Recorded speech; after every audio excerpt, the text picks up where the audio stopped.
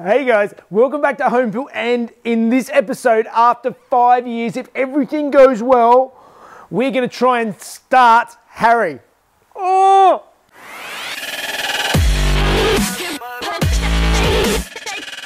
Yes, it has been 5 years of lots of work as you've watched this project grow from the rusty old black shell that it was all the way through to this.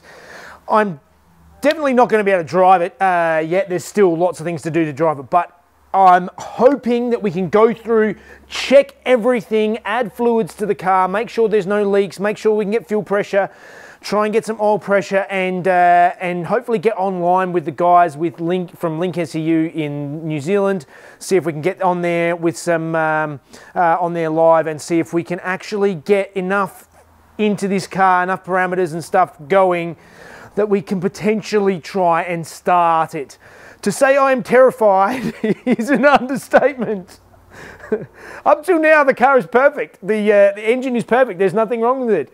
As soon as I try to start it, that's when anything that I didn't do right comes up to bubbling up to the surface. And yeah, I am petrified. But first things first, let's go around the whole car and make sure everything's connected, everything's tight, and that means starting with the oil lines and oil system.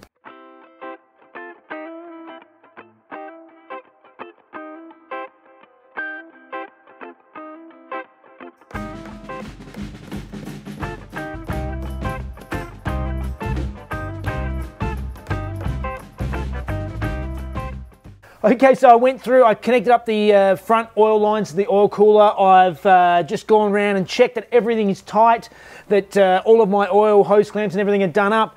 Everything is buttoned up, ready to go on the engine. This is a big step. The last thing I have to do is I've just got a new oil filter here. I'm just going to put a bit of oil on the seal, like you should always do with an oil filter.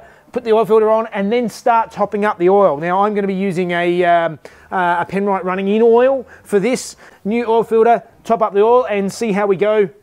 See if it stays in the engine.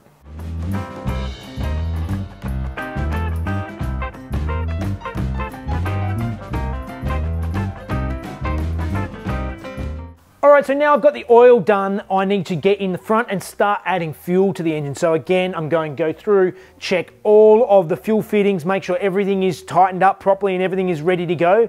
And then I'm going to add, I've got a jerry can, about 20 litres of fuel I'm going to add to the engine, and or to the fuel tank anyway, and check for any leaks.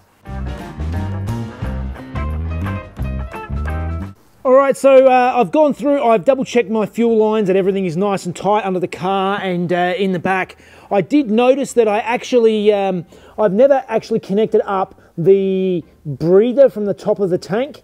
I am not sure exactly. I think there was that big expansion tank that was underneath the, sort of behind the headlight in here, underneath this front wing. I'm not using that anymore. I don't have that in. At this stage, I think I'm just going to atmospherically vent it. So I'm just going to run a hose from the tank here up to this outlet right here. Probably should be vented off somewhere else, I'm not sure, but that's sort of a good enough spot for it for the time being. At least as it is, if the fuel sloshed, it would slosh out whereas here it's it's got a lot further to travel, a lot higher up, and it's unlikely that it's going to get fuel out the end, I hope. So let's connect that up, and then maybe we can actually see if the fuel pump works and if we can get some fuel pressure.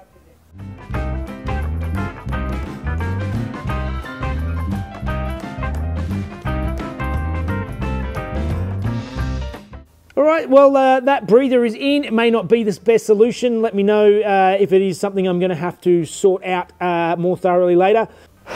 Let's fill some fuel and make sure it doesn't leak out anywhere.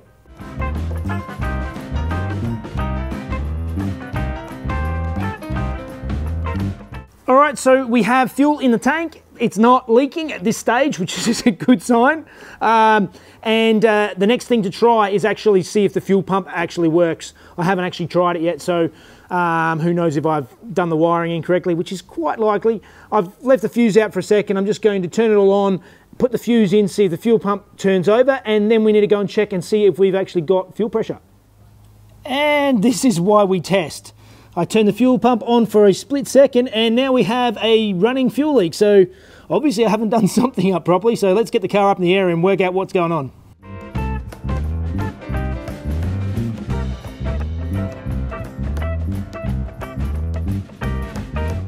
That's why we check.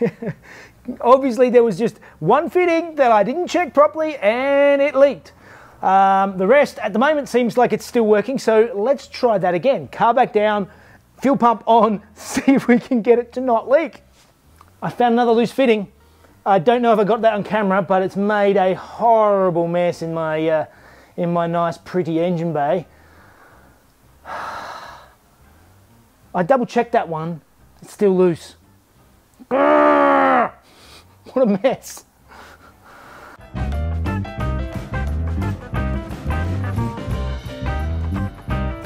That was dumb. Now that's tight. Let's try it one more time. Oh, I hope that petrol comes out of the beautiful leather cover I've got up under there, because this is all soaked in petrol and looks horrible. No leaks. Fuel pump's running and I can't see any leaks. That is a big win. Far out. Oh no, there's one. There's a leak. I just checked that hose and it was tight. It's the end of this fuel rail. But we'll get it there. It's close. It's close. I think we have no leaks. I think at the moment there's no leaks. No leaks! No leaks! Yes, no leaks. No, yeah, it's not leaking. So the next thing I need to do is actually bump up the fuel pressure, because the fuel pressure I want to run in these rails is about 60 psi, is about 4 bar. So it's a lot of pressure, and that's where the Raceworks fuel pressure regulator comes in. It's got the gauge here currently sitting at just below 30 psi. So we want to almost double that, and that means just starting to crank down on the fitting here and see if we can build up some fuel pressure.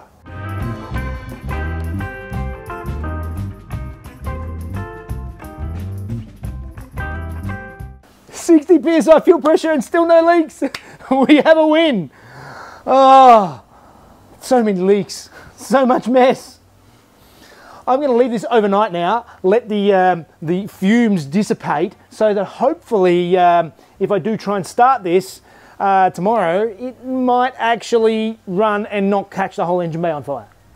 All right, so it is the next morning. I woke up and there was a very slight oil leak from the oil tank where I put in the oil level sender. I hadn't nipped that up quite tight enough, so I've gone around. Hopefully that should stop that leak now.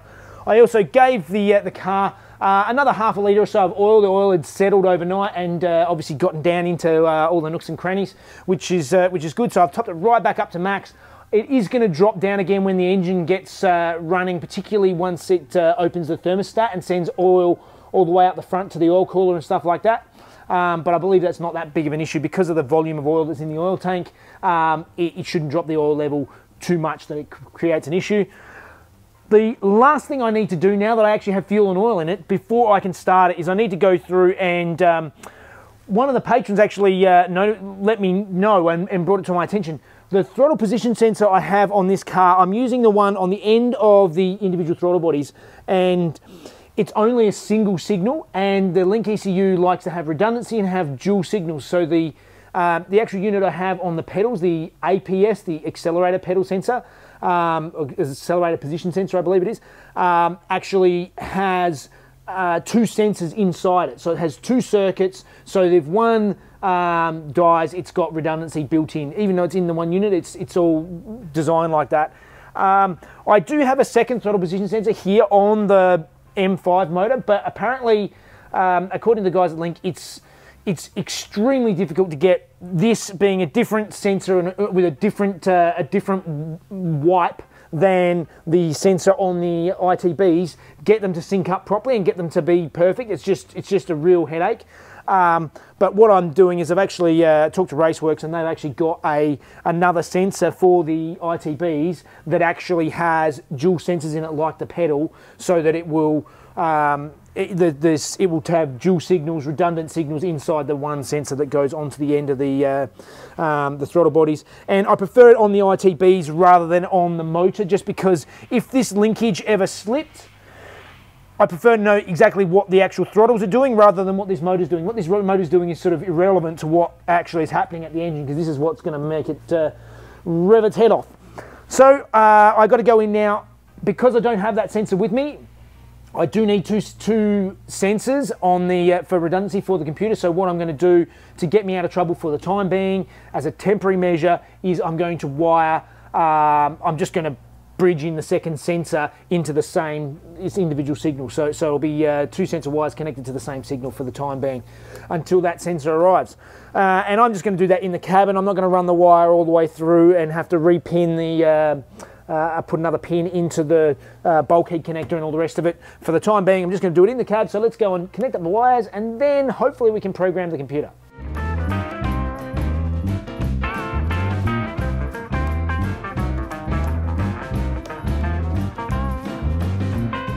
Okay, so with that connected, you can see the TP main and the TP sub now connected, and both now read the same. And if I manually swipe through the motor's range of movement, you can see it actually changing the values on both, so they're both connected at this stage and working as they should, which is a win. All right, I think we have everything ready to start talking to the guys in New Zealand. So I'm going to give Adam a call now. He's actually at Link ECU in New Zealand, and he's going to go through the TeamViewer app and actually take control of the computer and have a look and see what I've done, and hopefully he can sort out any mistakes and point me in the right direction. So let's give him a call.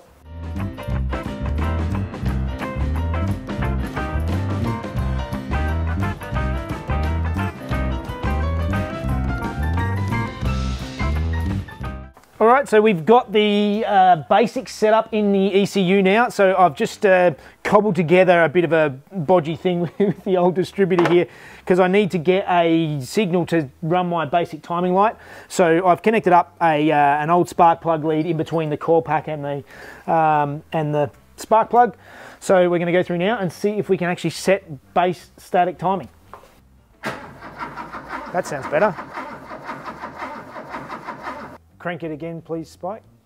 Okay, trigger signal 1 is a yes.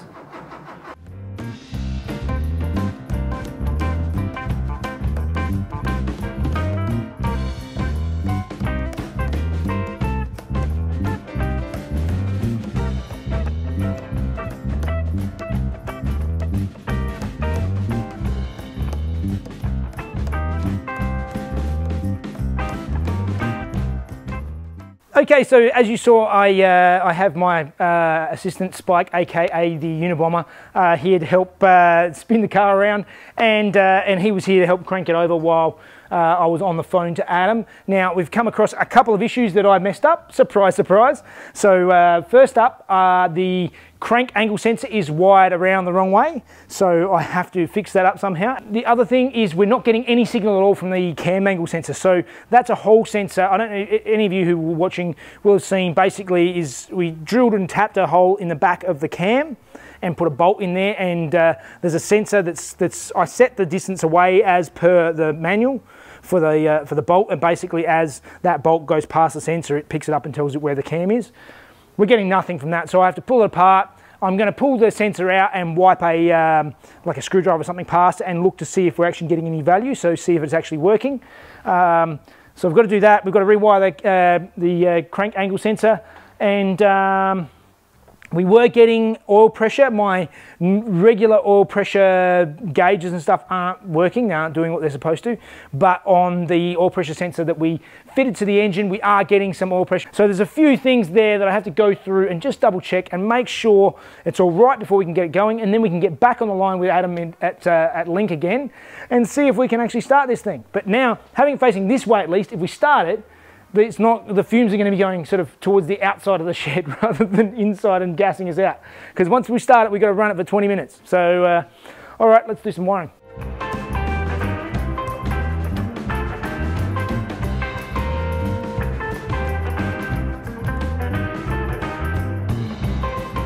All right, so I've gone through, I put my Deutsch connector in so I can plug and unplug the crank angle sensor when I need to. I've also gone through and adjusted the crank angle sensor, was a little bit too far away from the pickup teeth. So I've just readjusted that, so hopefully we get a stronger signal because the signal was a bit weak. Now I need to go and check the cam angle sensor because currently we're not getting any signal at all. It's hard to see it up here, but there's my cam angle sensor, and I've just noticed that one of the wires is hanging out. So I'm pretty sure that is why it is not working. So this is going to be fun trying to get it to connect up, but let's disconnect the connection and see if I can fix it, because that's not going to work.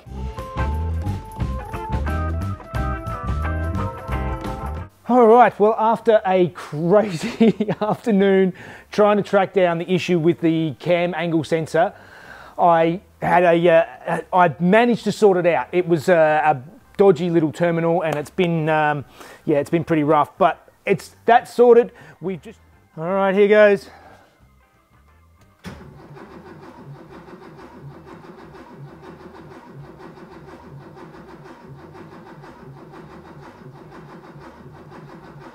Nothing. Well, that has got us stumped. Basically, we've been trying all sorts of things, and for some reason we can't seem to see a spark while the engine's cranking. Everything the ECU is telling it seems to be good. We can run a test on the ECU, and I've got the test light set up, and the test light will work with the test mode. So know the power is going to the coils, and the coils are firing in test mode. This will flicker. Coil's working, but when we're cranking, we don't see any spark. There's no spark coming through. We've tried a bunch of different things. We've tried making sure that the ECU and the coil packs have a shared ground. I've actually run these jumper cables from ground to ground on the other side.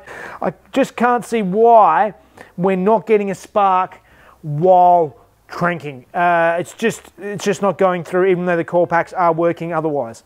That means that we don't have this fun conclusion for the day, which I was really hoping we would, but it's just, I think we're gonna have to think about it. The next step is I've got to pull all the coils out, try a spark plug individually, see if that does something, see if that's working. I'm going to try and get an LED test light and see if I can test to see if a signal is coming through during cranking. I know that we're still getting 12 volts the whole time we're cranking. I've tested it with a power tester, and the power is staying connected. I actually ran a separate power from my jumper pack directly to the power for the coils the whole time, so while it's cranking and while it's not. So that is not the issue either. I'm lost. Anyway, sorry we couldn't have a better conclusion. The rest of it seems to be good. We're getting oil pressure. We're getting everything else is the way it should be. We're getting the things are working the way they should be. All right, guys, as always, if you need any parts for your Porsches, make sure you check out PorschePartsByJeff.com and compare prices there first. All the big shops are on there. And if you want to help us out with these crazy projects, make sure you join us on Patreon. Links in the description, and I'll see you in the next one. See you guys.